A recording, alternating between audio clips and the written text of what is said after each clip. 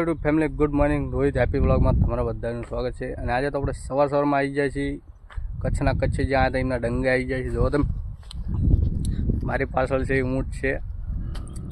અત્યારમાં તો સરવા બધા જેટા નીકળી જાય છે, જેટા બકરા, અને ઊંટ છે ત્યાં પાછળ જે જો સામાન લઈ જવા માટે છે ઊંટ. ચાલો આપણે એમના ડંગા જઈએ, એમના પાછળ ડંગા છે, ચાલો જઈએ.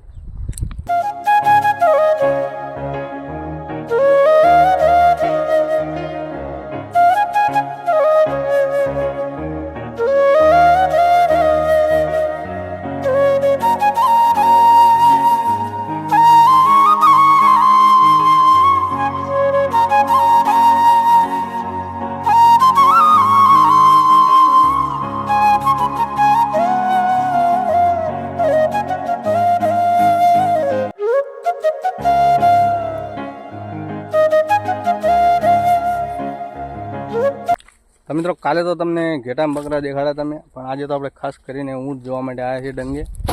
તો આ બાજુ ડંગા છે એમના,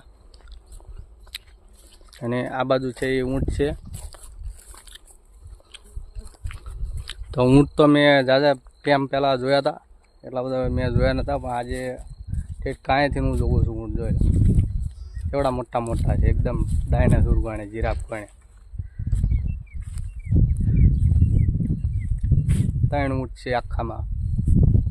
3 ઊંટ ઉપર સામાન લઈ જાય છે.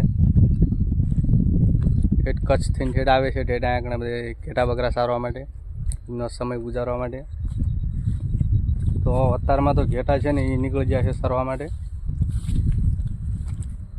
પછી તો આવા પાછળથી જશે સામાન લઈને. તો જો એક ઊંટ છે અહીંયા છે.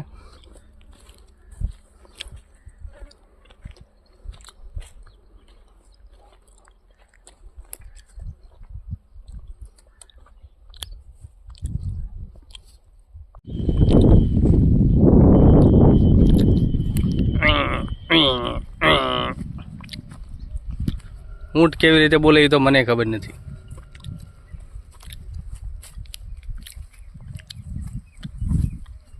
જો ખીદડો ખાય છે અત્યારમાં.